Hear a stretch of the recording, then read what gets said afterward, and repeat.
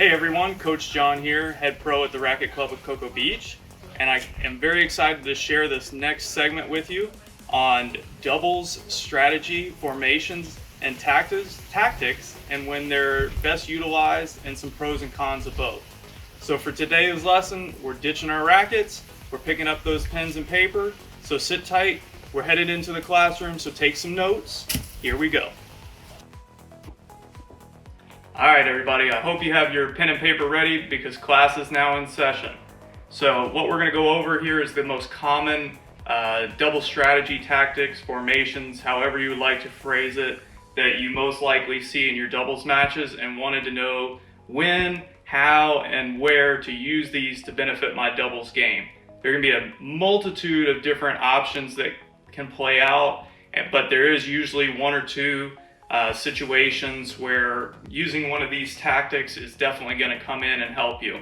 So first of all, we need to know the types of double formations that we might see. We have our standard, we have our Australian, we have our I formation, and then the dreaded two back. So we're going to go in now and start with our most common, the standard doubles formation. So right here, this is your returners and our servers. Okay, please don't judge my drawing. I am a tennis coach, not an artist, so hang in there. So what happens here is we have our basic play, all right, your normal rallies that occur this way.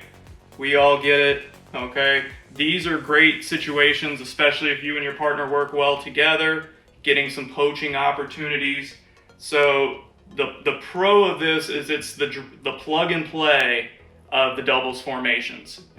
You can play this with anybody with very little communication needed between you and your partner. It's very simple to execute. There's not a lot of confusion involved. It helps a lot when dealing with a player that likes to lob the ball.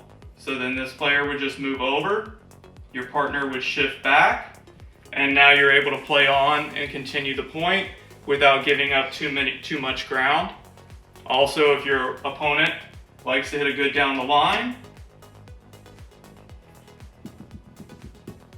your partner is right there to shift left or right, and then just volley into the open court. So those would be your pros. Now your cons here is if you have a player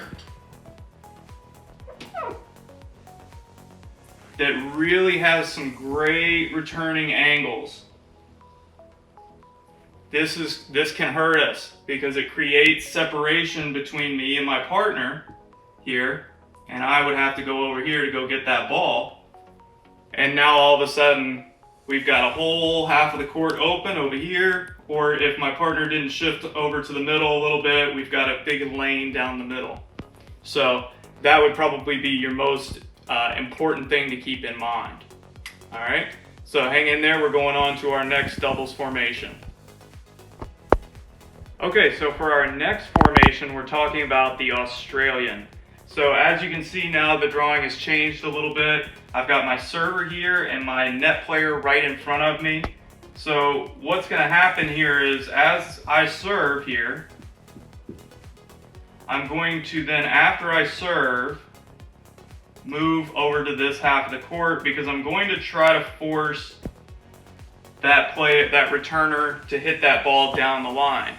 So the main reason that you're going to try to execute this formation is to take away a player's good cross-court shot. Maybe in that situation that we just showed, the cross-court ball is really short-angled, it's really burning me, we're having a lot of trouble. So what we're going to do is put that net player here so that then it completely takes this shot out of it, or even that shot out of it.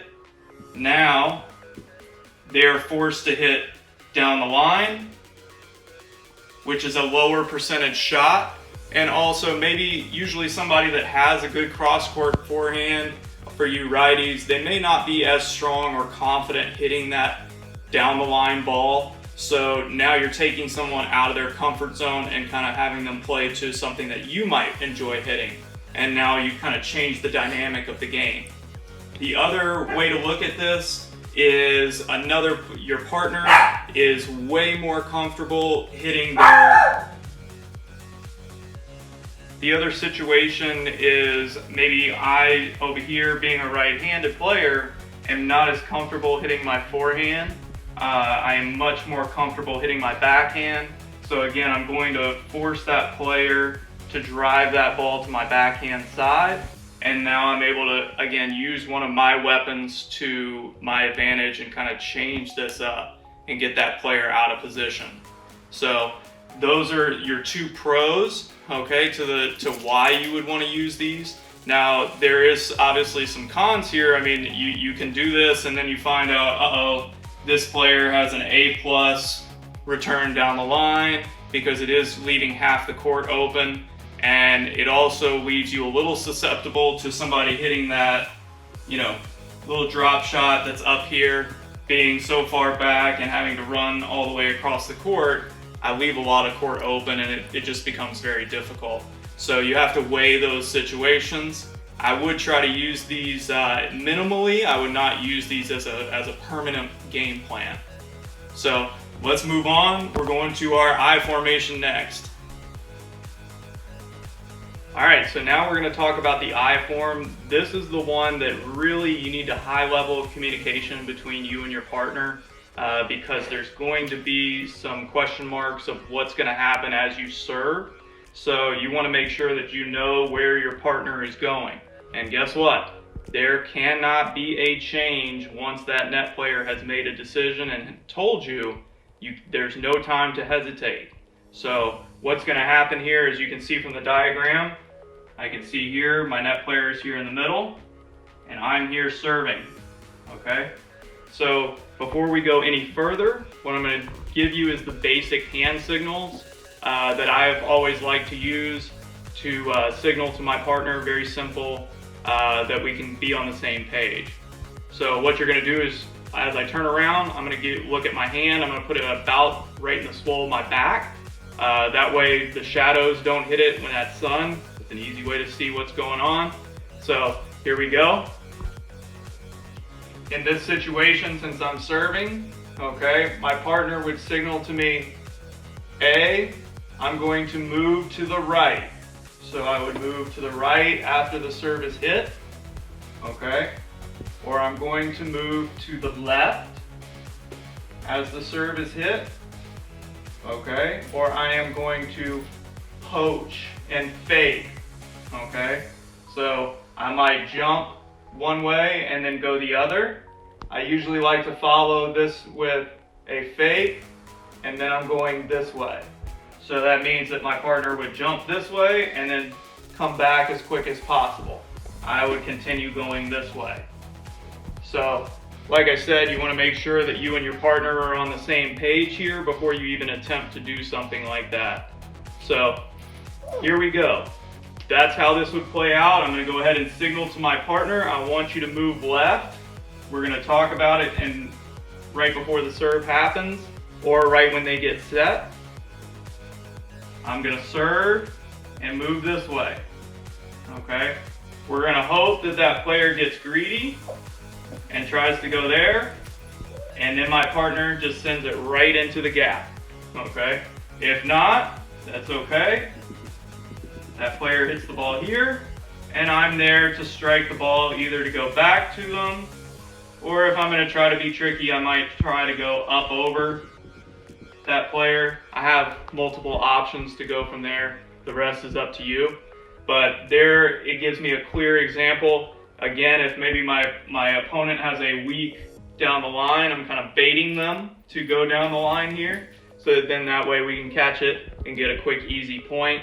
Again, I would not use this I formation more than a couple times. It's really there to create some insecurity or some off balance, because if you start doing this, whether you realize it or not, you're going to start to fall into some patterns, and then all of a sudden, if you're playing against a good player, they're going to remember, oh, okay, he's gone left 3 or 4 times now.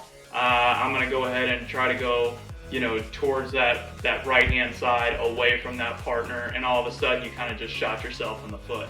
So keep that in mind. I also don't personally like to use these on, when I'm down a game point, because like I said, there's a level of communication that has to happen, and unless you're super confident with it, it could cause some bad situations, especially when you're down game point. So, all right. So hopefully that answered some questions for you on that side. All right, we're gonna move on to the dreaded 2-back. All right, here we go, the last one, working on the 2-back formation. Okay, this in my opinion is one of those that I like to call Plan Z, just for a simple reason is it's so, it really only stops one action from happening, but it leaves you pretty susceptible to different options to be attacked.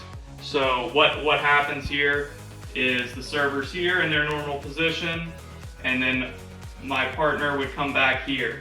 So the main reason that we're doing this is because this player is hitting some great lobs, and they're just out of position for my partner to be able to react to, and we're doing a lot of switching, and it's really kind of being it's just very difficult to handle. So when my partner comes back here, it's going to immediately take away that lob, okay? And then now I'm forcing that player to hit something else. But the big weak side of this is it really leaves me susceptible to those angles, or now even a drop shot here, and also just the shot down the middle, because then all of a sudden we're both trying to get that shot, and again it can cause some confusion. So you want to be very selective when you do this. I would really only look to do this, I would not stay in this formation very long. Once you hit it, get 1 or 2 shots, and hey, get back to the net, see if we can change the direction, or maybe lob from this side over. So that's going to really wrap up our doubles tactics for today. So I hope you learned something, refer back to your notes, and I hope to see you out there on the court soon.